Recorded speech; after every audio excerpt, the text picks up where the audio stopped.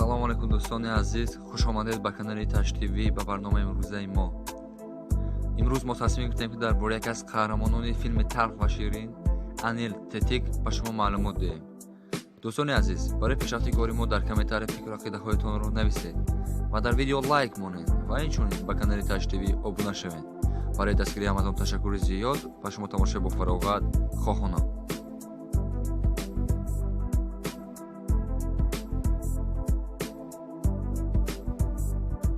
Анил Тетик 10 iyuni соли 1990 дар шаҳри Истанбули Туркия ба дунё омада.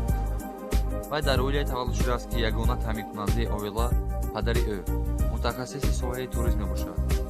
модари актёр тамоми умри худро ба тарбияи ду писар Анил ва бародари хурдии ӯ парда бахшидааст. ҳунарпешаи турк Анил Тетик кӯдакӣ ва наврасӣ. дар кӯдакии актёри оянда ба мотосикл таваҷҷӯҳи ҷиддӣ зоҳир мекард. иштироки ӯ дар мусобиқаҳои гуногун далели он буд ки бача характери ҷангӣ дорад, зеро якчанд ҷоизаҳои мусобиқаи кишвар аз они ӯст.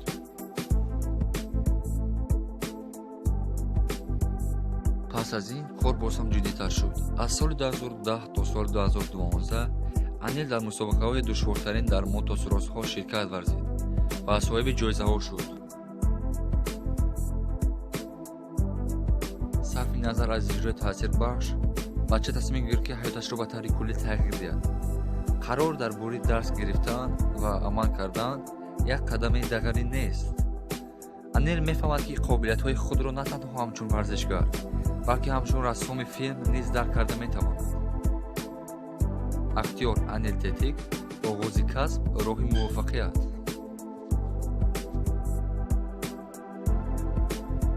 оғози касб дар соҳаи актёрии филм соли 2013 аст.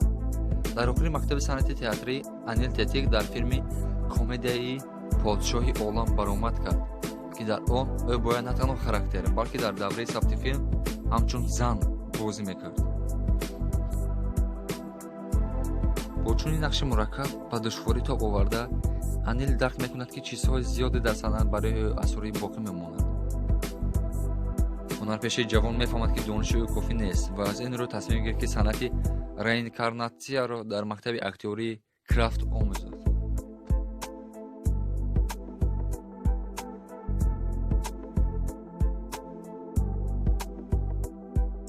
муаллимони ботаҷриба ба хоҳиши фаҳмидани ҳамаи нозукҳои касбият ҳангоми кор вазифаи худро доранд.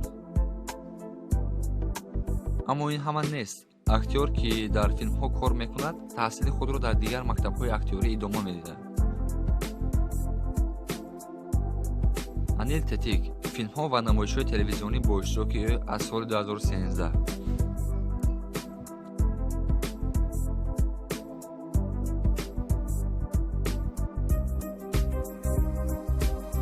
Анил Тетик дар филмҳои зерӣ нақш офарид. соли 2013 комедияи Алемин Кирали, дар он актёр нақши Ҷейҳунро бозидааст. соли 2016 иштирок дар достони кӯтоҳмуддати «Ҳаёт баъзан ширин аст», яъне «Талх ва ширин», ки худро дар симои Корай, шахсияти харизматикӣ вале бениҳоят нотавон нишон медиҳад.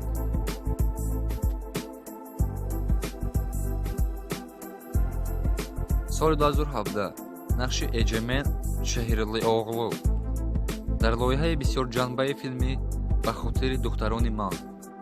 дар соли 2019 актёр дар силсилаи телевизионии «Як дил» нақши Юсуф Зиндагиро ба даст овард.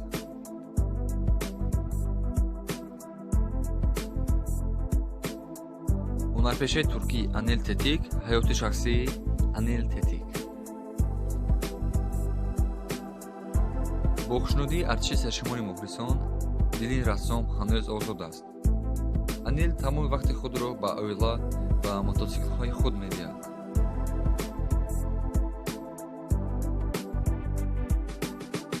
хоби истироҳат, чорабиниҳо дар оила.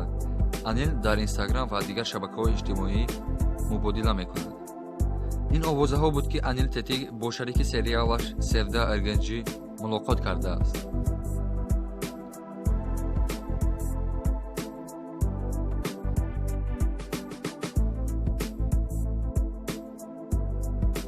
хуш дӯстон, бо ҳамин видеои имрӯзаи мо ба поён мерасад.